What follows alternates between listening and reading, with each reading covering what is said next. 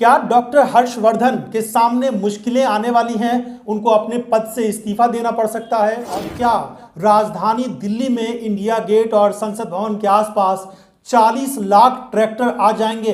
Parliament पर जाएंगे, कह जाएंगे ये 4 लाख ट्रैक्टर नहीं होगा, 40 लाख ट्रैक्टर जाएगा, 40 लाख ट्रैक्टर।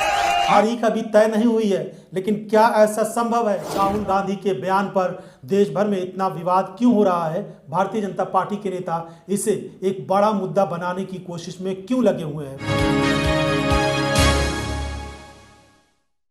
स्वागत है आपका भारत वॉइस में। क्या राजधानी दिल्ली में सीमा के अंदर जो किसान अभी दिल्ली की सीमाओं पर बैठे हुए हैं वो दिल्ली के अंदर आएंगे, इंडिया गेट पर आएंगे और उसके बाद लगभग 40 लाख ट्रैक्टर लेकर किसान दिल्ली में आएंगे। सोचिए, अगर 40 लाख ट्रैक्टर दिल्ली में आ जाते हैं तो फिर क्या हाल होगा?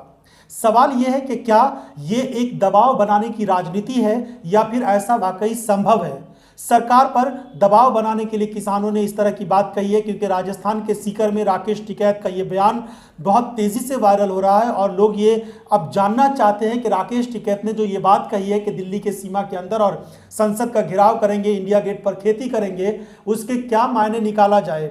हालांकि राकेश टिकैत ने कहा है कि ऐसा 40 लाख ट्रैक्टर अब दिल्ली आएंगे, लेकिन तारीखों की बात उन्होंने नहीं कहा। उन्होंने कहा कि संयुक्त किसान मोर्चा की जो मीटिंग होगी वो तय करेगा तारीखों को। लेकिन बड़ी बात इसके पीछे ये है कि किसान आखिर सरकार पर दबाव क्यों न बनाए और क्यों नहीं वो अपनी रणनीति को बदले, क्योंकि देश भर में ये एक बड़ा सवाल पूछा जा रहा है कि किसान आखिर अपने आंदोलन को कितना लंबा चलाएंगे, कब तक वो बैठे रहेंगे। जाहिर है किसानों के इस जो प्रोटेस्ट है, जो किसान बैठे हुए हैं, जो विरोध कर रहे हैं, उसमें बच्चे हैं, बूढ़े हैं, महिलाएं हैं, सब लोग बैठे हुए हैं। पहले गर्मी में बैठे थे, फिर सर्दी में पूरी सर्दी गुजार दी, उसके बाद फिर गर्मी का मौसम आ रहा है और किसान बैठे हुए हैं। तो आखिर वो कब तक बैठे रहेंगे? अपना काम धंधा बहुत सारे लोगों ने छोड़ दिया है। 200 से ज़्यादा किसानों की यहाँ पर मौत हो चुकी है, वो शहीद हो चुके हैं। तो ऐसी स्थिति में आखिर आगे क्या होगा?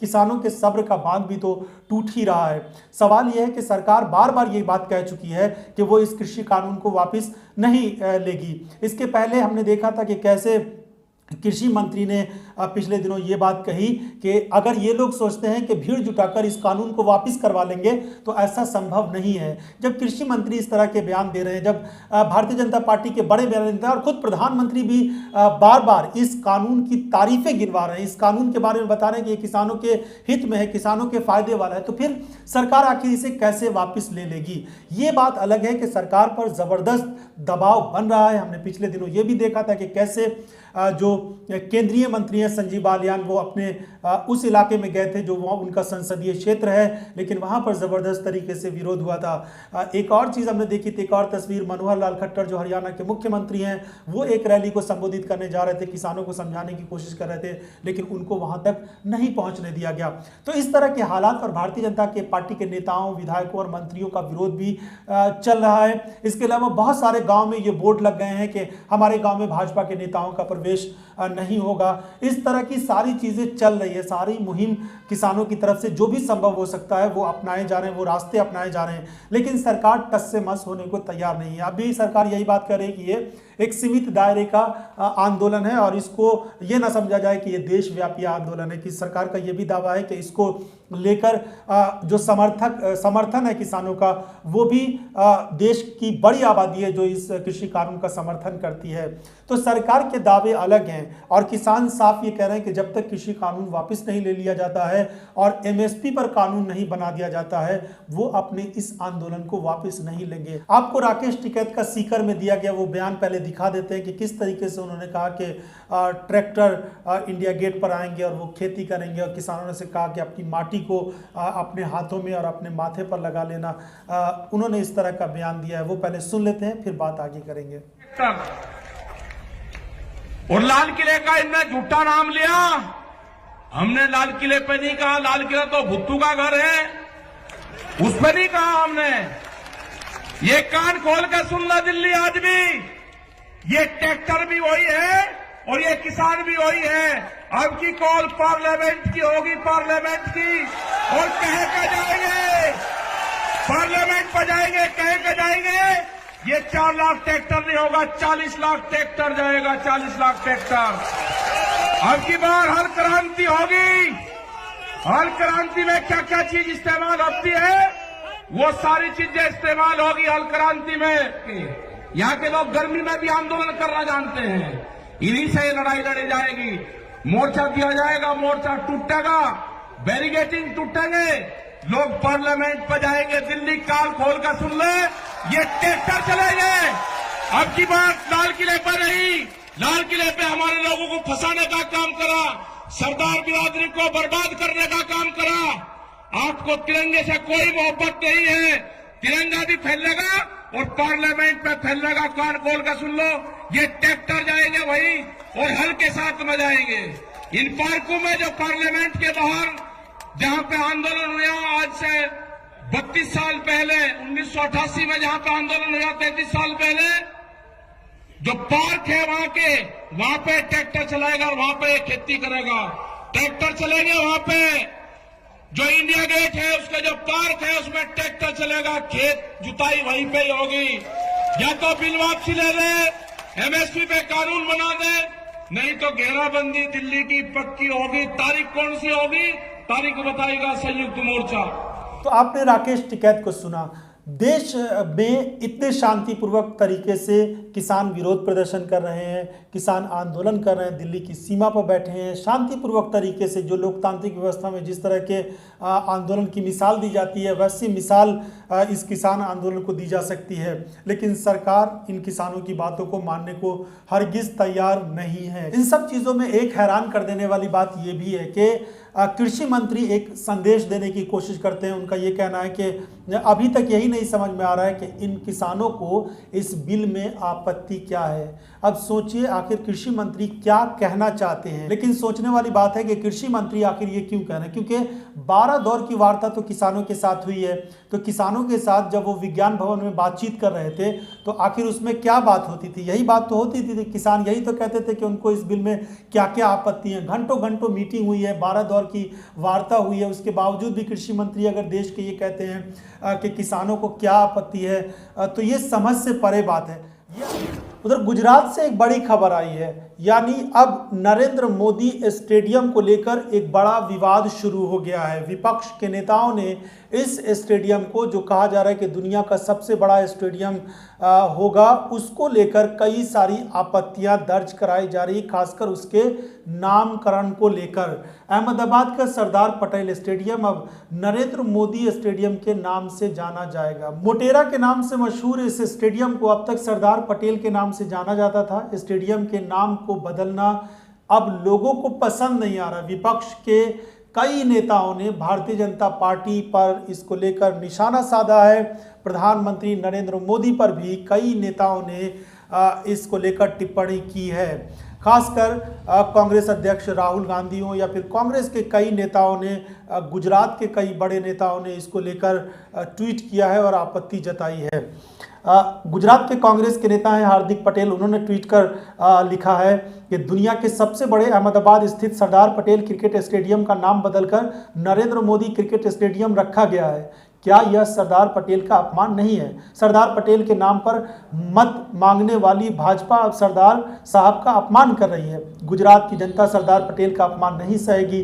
भारत रत्न लौह पुरुष सरदार पटेल ने आरएसएस पर प्रतिबंध लगाया था और उसी कारण आरएसएस के चेले सरदार पटेल का नाम मिटाने का हर संभव प्रयास कर रहे हैं। लेकिन आपको ये जानना भी जरूरी है कि इस पर राहुल गांधी ने क्या कहा। बहुत छोटा सा ट्वीट किया है राहुल गांधी ने, लेकिन बड़े कड़े शब्दों में प्रहार किया है। राहुल गांधी के ट्वीट की लाइन आपको सुना देते हैं। इस स्टेडियम का जो नाम नरेंद्र मोदी के नाम पर रखा गया है, उसको लेकर राहुल गांधी ने अपने ट्वीट में बीसीसीआई के सचिव जय शाह का जिक्र करते हुए लिखा है कि सच कितनी खूबसूरती से खुद को प्रकट करता है नरेंद्र मोदी स्टेडियम। जय शाह की अध्यक्षता में अडानी एंड और रिलायंस एंड, उन्होंने अपने ट्वीट में हम दो हमारे दो का इस्तेमाल किया है। याद होगा आपको संसद के अंदर किस तरीके से राहुल गांधी ने प्रधानमंत्री नरेंद्र मोदी पर प्रहार करते हुए कहा था कि ये सरकार हम दो और हमारी दो की सरकार है, यानी दो लोग सरकार चला रहे हैं और दो लोगों के लिए ये सरकार चलाई जा रही है। तो कोरोना की दवा को लेकर एक विवाद तो पहले शुरू हुआ था, जो आपको याद होगा, लेकिन एक बार फिर से जो कोरोनिल बाबा रामदेव ने लॉन्च की है उसकी खबर मीडिया में खूब आई। लेकिन उस खबर के पीछे एक बड़ी बात यह आ रही है कि अब जो डॉक्टर हर्षवर्धन जो केंद्रीय मंत्री हैं उन पर कई तरह के सवाल उठ रहे हैं। आपने देखा होगा कि किस तरीके से जब ये कोरोना की दवा लॉन्च की जा रही थी उस दौरान केंद्रीय मंत्री हर्षवर्धन मौजूद थे और उसके अलावा नितिन गडकरी जो केंद्रीय मंत्री हैं वो मौजूद थे, बाबा रामदेव मौजूद थे। यहीं से ये विवाद अब शुरू हो गया है और इसको लेकर आईएमए यानी इंडियन मेडिकल एसोसिएशन ने हर्षवर्धन से कुछ सवाल किए हैं। वो सवाल जानना जरूरी है कि वो क्या है।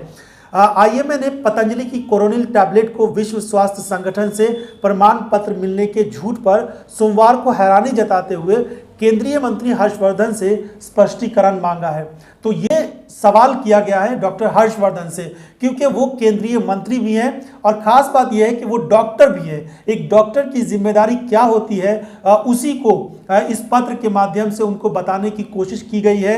हालांकि इस पत्र के बाद भी कई तरह के सवाल उठ रहे हैं। WHO ने भी इसको लेकर जिस तरह से साफ कर दिया है, उसने किसी भी पारंपरिक औषधि को कोविड-19 के उपचार के तौर पर प्रमाणित नहीं किया है। तो ये इस तरह की बातें हैं, इसमें कई तरह के सवाल इसलिए उठ रहे हैं कि देश के जो आम लोग हैं, जो भोली भाली जनता है, क्या उसको एक तरह से बेवकूफ़ बनाने की, उसको मूर्ख बनाने की एक कोशिश की जाती है। और सोचने वाली बात यह है कि अगर बाबा रामदेव कोई दवा लॉन्च करते हैं और उसके बाद केंद्र के स्वास्थ्य मंत्री वहां पर बैठे होते हैं, वो उसकी प्रशंसा करते हैं, तो फिर ये एक बहुत बड़ी बात है, एक बहुत बड़ा संदेश देश में जाता है कि ये एक ऑथेंटिक चीज़ है।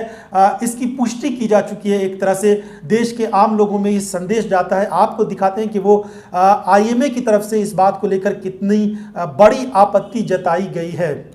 पतंजलि का दावा है कि कोरोनिल दवा कोविड-19 को ठीक कर सकती है और साक्ष्यों के आधार पर इसकी पुष्टि की गई है। आईएमए की ओर से सोमवार को जारी बयान में कहा गया, देश के स्वास्थ्य मंत्री होने के नाते पूरे देश के लोगों के लिए झूठ पर आधारित अवैज्ञानिक उत्पाद को जारी करना कितना न्याय संगत है। क्या आप इस कोरोना रोधी उत्पाद के तथाकथित क्लिनिकल ट्रायल की समय सीमा बता सकते हैं? सोचने वाली बात है, कितने कड़े शब्दों का प्रयोग किया है आईएमए ने डॉक्टर हर्षवर्धन के लिए, जो केंद्रीय स्वास्थ्य मंत्री हैं। कोरोना जिस तरीके से आया और देश भर में एक दहशत का माहौल बना और फिर अब भी एक बार फिर से कोरोना के वापस आने का खतरा मंडरा रहा है। ऐसी स्थिति में जब WHO ये बात कह रहा है कि इस दवा की कोई प्रमाणिकता नहीं है, आईएमए की तरफ से आपत्ति जताई जाती है, लेकिन फिर भी बाबा रामदेव अपनी बातों को अलग अलग तरीके से, अलग अलग बयानों के माध्यम से समझाने की कोशिश जरूर करते हैं कि ये कोरोना के लिए प्रभावी दवा है। और राहुल गांधी के एक बयान पर राजनीति गर्मा गई है। जाहिर है, राहुल गांधी जब भी कोई बयान देते हैं तो भाजपा के तमाम बड़े नेता राहुल गांधी के खिलाफ मोर्चा खोलने के लिए सामने आ जाते हैं। राहुल गांधी के बारे में भाजपा के नेता बार बार ये कहते हैं कि राहुल गांधी की बातों को सुनता कौन है, देश की जनता उनको ध्यान नहीं देती, वो क्या बोलते हैं, क्या करते हैं। लेकिन राहुल गांधी जब भी कोई बयान देते हैं, छोटा से छोटा या बड़ा से बड़ा बयान, या फिर किसी तरह का कोई ट्वीट कर देते हैं, तो भाजपा के तमाम बड़े बड़े प्रवक्ता, बड़े बड़े नेता और मंत्री सामने आ जाते हैं। अगर राहुल गांधी को इतनी गंभीरता से देश की जनता नहीं लेती है तो फिर भाजपा के मंत्री क्यों सामने आ जाते हैं? राहुल गांधी के इस बयान को लेकर के भी खूब आपत्ति जताई जा रही है भाजपा के नेताओं की तरफ से। दरअसल राहुल गांधी ने जो बयान दिया है, राहुल के दक्षिण भारत और उत्तर भारत की तुलना करने वाले बयान पर भाजपा हमलावर हो गई है और भाजपा के कई नेता इस पूरे मामले पर राहुल गांधी को घेरने की कोशिश कर रहे हैं। इसके पहले कि हम आगे बढ़े, आपको दिखाते हैं कि राहुल गांधी ने दरअसल कहा क्या है, जिस पर पूरा विवाद हुआ है। 23 फरवरी को राहुल गांधी त्रिवेंद्रम में एक रैली को, लोगों को संबोधित कर रहे थे और वहीं पर का ये बयान है जिसको लेकर भाजपा वावेला हंगामा मचा रही है। तो उन्होंने जो कहा था, राहुल गांधी ने वहां के लोगों की तारीफ की थी। तारीफ करते करते राहुल गांधी ने कहा कि मैं 15 साल उत्तर यानी अमेठी से वो सांसद थे, उसका उन्होंने जिक्र किया। कहा कि वहां मुझे अलग किस्म की राजनीति की आदत हो गई थी। केरल आना मेरे लिए काफ़ी रिफ्रेशिंग रहा है, क्योंकि मैंने देखा है कि यहाँ के लोग मुद्दों में रुचि लेते हैं और सिर्फ ऊपरी तौर पर नहीं, उसकी गहराई में जाते हैं। राहुल गांधी का ये बयान जैसे ही आया, उसके बाद भाजपा ने इसे लपक लिया। स्मृति ईरानी, जाहिर सी बात है भाजपा का जब भी कोई नेता कुछ भी बोलता है, लेकिन राहुल गांधी जब बोलते हैं तो स्मृति ईरानी ज़रूर एक बार सामने आती है। स्मृति ईरानी को ये अच्छा लगा कि उत्तर भारत की को नज़रअंदाज करते हुए उन्होंने दक्षिण भारत की तारीफ कर दी, केरल की तारीफ कर दी। 15 साल तक वो वहाँ के सांसद रहे, वहाँ की जनता ने उनका सहयोग किया, उनका साथ दिया। अब भी सोनिया गांधी उसी उत्तर प्रदेश से ही सांसद हैं, तो फिर केरल के बारे में इस तरह की बात और दक्षिण भारत के बारे में इस तरह की बात, तो दक्षिण भारत और उत्तर भारत को एक तरह से अलग अलग करके भाजपा के लोगों ने इस बयान को जोड़ने की कोशिश की। हालांकि उसमें वो बहुत ज़्यादा कामयाब नहीं हो पाए। देश की जनता ने इस बयान को एक तरह से समझने की कोशिश की। अब एक बात और, राहुल गांधी के इस बयान में भले ही किसी को आपत्ति हो, ये एक दूसरी बात हो सकती है, लेकिन एक बात गौर करने की तो जरूर है कि क्या मुद्दों की राजनीति इस देश में नहीं होना चाहिए। आप देखते हैं कि 24 घंटे का जो न्यूज़ चैनल है उस पर किन बातों को लेकर बहस होती है, भाजपा के नेता और प्रवक्ता किन बातों को लेकर बहस करते हैं। इस वक्त एक बड़ा मुद्दा है, देश के किसान दिल्ली की सीमा पर बैठे हुए हैं, दिल्ली के देश के अलग अलग हिस्सों में वो इस कृषि कानून को लेकर विरोध कर रहे हैं। सरकार उनकी बातों को सुनने को बिल्कुल भी तैयार नहीं है। सरकार की तरफ से कह दिया गया वो इस कानून को वापस नहीं लेंगे। इसके अलावा देश में महंगाई लगातार बढ़ती जा रही है। पेट्रोल की कीमतें 100 को पार कर चुकी है कई जगह पे, और डीजल उसके पीछे पीछे चल रहा है। ऐसी स्थिति में उसका असर देश की महंगाई पर पड़ता हुआ नजर आ रहा है। उस पर चर्चा नहीं हो रही है। मुद्दे की बात अगर होती तो महंगाई पर बात होती। चीन अभी भी कई हिस्सों में अंदर बैठा हुआ है। कांग्रेस के नेता बार बार उन जगहों का नाम लेकर ये बात कहते हैं और नरेंद्र मोदी से सवाल भी करते हैं कि आखिर चीन का नाम लेकर वो क्यों नहीं बात करते, चीन पर हमलावर क्यों नहीं होते हैं। इसके अलावा हम देख रहे हैं कि चीन से अब आने वाले दिनों में जो संबंध है वो और ज़्यादा, यानी आर्थिक संबंध जो है वो और ज़्यादा मजबूत होने वाले हैं। देश में बेरोजगारी बढ़ती जा रही है और बेरोजगारी बढ़ती जा रही है। जानकार ये मानते हैं कि आने वाले दिनों में महंगाई बढ़ेगी, बेरोजगारी बढ़ेगी और जीडीपी का जो आंकड़ा है वो नीचे जाएगा। तो फिर सरकार से लोग सवाल क्यों नहीं करेंगे, और सवाल करेंगे तभी तो मुद्दों की बात होगी। लेकिन सरकार चाहती है कि इस तरह की बातें ना हो। राहुल गांधी कोई बयान दे दें और उसके बाद उसको उचक लिया जाए। दक्षिण भारत, उत्तर भारत, इस तरह के मामलों में, धर्म की राजनीति में और इसी तरह के विवादास्पद मुद्दों में देश की जनता को फंसाए रखा जाए और फिर असल मुद्दों पर बात ना हो। राहुल गांधी की बात असल यही है। इस बयान पर, राहुल गांधी के इस बयान पर हो सकता है बहुत सारे लोगों को आपत्ति हो, लेकिन असल बात यह है कि मुद्दों की राजनीति इस देश में होनी चाहिए, जो इस वक्त गायब है। और खासकर भारतीय जनता पार्टी के नेताओं ने इसमें बहुत बड़ा रोल अदा किया है कि वो मुद्दों की राजनीति से खुद को अलग करने की कोशिश करते हैं। जब उनको कोई भी बात आती है सीधे राहुल गांधी, सोनिया गांधी और उसके बाद वो जवाहरलाल नेहरू तक चले जाते हैं और उन्हीं को जो भी कुछ कमी रहती है उसके लिए उसका जिम्मेदार ठहरा देते हैं, खुद की जिम्मेदारी से अपने आप को अलग कर लेते हैं। तो क्या मुद्दों की राजनीति इस देश में होनी चाहिए या नहीं होनी चाहिए? और चलते चलते आपको श्याम रंगीला का ट्वीट भी दिखा देते हैं। इन दिनों वो सुर्खियों में इसलिए है कि एक पेट्रोल पंप पर पेट्रोल की महंगी कीमतों को लेकर उन्होंने जिस तरह से सवाल उठाया था उसको लेकर और उस वीडियो को लेकर कई तरह का दबाव भी झेलना पड़ा श्याम रंगीला को। हालांकि उन्होंने अपने तौर पर एक अलग से सफाई भी दी। एक ऐसा इंसान जो कॉमेडी करता है, लोगों को हंसाता है, एक ऐसे समय में जब लोगों के चेहरे से खुशियाँ गायब हो गई है उनको हंसाता है, और वो देश के असल और गंभीर मुद्दों पर अगर लोगों के ध्यान को आकर्षित करता है तो उसके खिलाफ सरकार की नजर रहती है और उसके खिलाफ कार्रवाई करने की बात कही जाती है। तो ये वाकई चिंता की बात है। लेकिन चलते चलते आपको श्याम रंगीला का ट्वीट दिखा देते हैं जिसने लिखा है कि मैं भी हमारे खेत में एक स्टेडियम बना के श्याम रंगीला स्टेडियम नाम रखूंगा, चाहे स्टेडियम लूडो का ही क्यों ना हो। तो अगर आपको ये वीडियो पसंद आए तो लाइक और शेयर जरूर करिएगा। अगर आपका कोई सुझाव है तो अपने कमेंट्स करिए, और इस चैनल को सब्सक्राइब नहीं किया तो सब्सक्राइब कर लीजिए। आपका बहुत बहुत धन्यवाद।